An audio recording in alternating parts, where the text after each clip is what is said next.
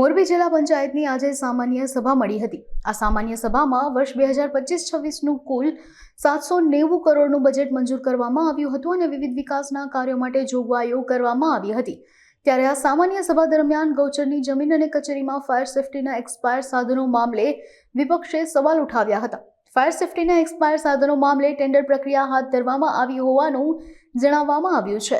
જિલ્લા પંચાયતને ગૌચરની જમીનની ખબર નથી એવું નથી કહેવામાં આવ્યું। ખબર નથી એવું હદ નિશાન ક્યાં છે તે ખબર કોઈને પણ ન હોય।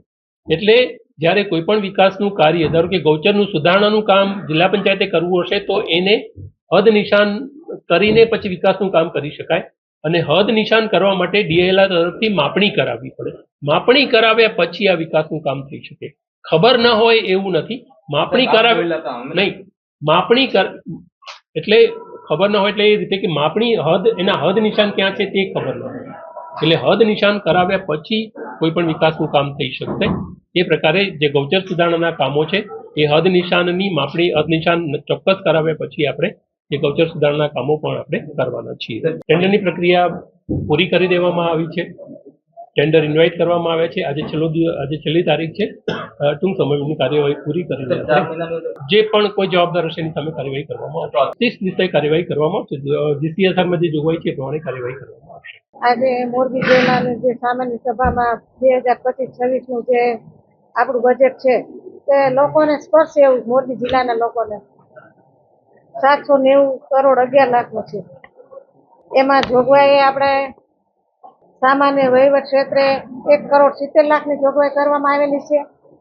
પંચાયત અને વિકાસ ક્ષેત્રે 10 કરોડ 80 લાખની જોગવાઈ કરવામાં આવેલી છે। શિક્ષણ ક્ષેત્રે 2 કરોડ 30 લાખની જોગવાઈ કરવામાં આવેલી છે અને આરોગ્ય ક્ષેત્રે 1 કરોડ 3 લાખની જોગવાઈ કરવામાં આવેલી છે। આઈસીડીએસ માટે 30 લાખની જોગવાઈ કરવામાં આવી છે। ખેતીવાડી ક્ષેત્રે 21 લાખની જોગવાઈ કરવામાં આવેલી છે। પશુપાલન ક્ષેત્રે 10,30,000ની જોગવાઈ કરવામાં આવેલ છે। સમાજ કલ્યાણ ક્ષેત્રે 1 કરોડ 10 લાખની જોગવાઈ કરવામાં આવેલી છે અને કુદરતી આફતો માટે 91 લાખ, જેમાં 80 લાખની પૂર નિયંત્રણ માટેની જોગવાઈ કરવામાં આવેલ છે અને બાંધકામ ક્ષેત્રે 4 કરોડ 7 લાખની જોગવાઈ કરવામાં આવેલ છે અને સિંચાઈ ક્ષેત્રે 51 લાખની જોગવાઈ કરવામાં આવેલ છે અને પ્રકરણ યોજનાઓ અને કાર્યો માટે 97 લાખની જોગવાઈ કરવામાં આવેલ છે। એમાં સિંચાઈમાં અમે આ જે આયોજનના કામો છે એની અંદર સિંચાઈ વિભાગમાં જે અમે કૃષિ લક્ષી જે કાર્ય થાય એની અંદર જ અમે એ કામ લેવાના છીએ અને વાત એમ કે હવે આપણે ભૂપતભાઈએ જે રજૂઆત કરી એમાં અમે સહમત એટલા માટે છીએ કે કામ કે અમે પણ કૃષિ માટે મહેનત તો કરતા હોઈએ છીએ, સારી રીતે લાભ મળે ખેડૂતોને। એમાં વિદ્યાર્થીઓ માટે છે, આપણે જવાહર નવોદય વિદ્યાલયમાં 12મા ધોરણમાં વિદ્યાર્થી હોય અને સારા ટકાએ એ લોકો પાસ થાય અને તો એને અમે ટ્રોફી અને ઇનામ 15 લાખની જે પણ વિદ્યાર્થીઓ હોય એને ઇનામ અને ટ્રોફી આપવાના છે। આજે મોરબી જિલ્લા પંચાયતની સામાન્ય સભા હતી। આ સામાન્ય સભામાં બજેટ હતું અને એ સિવાયના બીજા ઘણા બધા પ્રશ્નો હતા। ખાસ કરીને તો એક પવનચક્કીનો પ્રશ્ન હતો।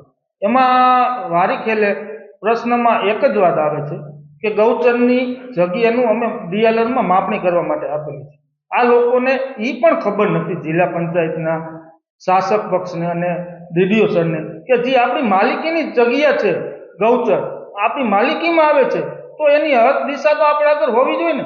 અને એમાં પાછા ગ્રાન્ટ ફાળવે છે કે એમાં આપણે ભાઈ વિકાસના કામ કરવા છે, પણ જ્યાં આપણી જગ્યાનું જ નક્કી નથી તો વિકાસના કામ આપણે કેવી રીતે કરી શકશું?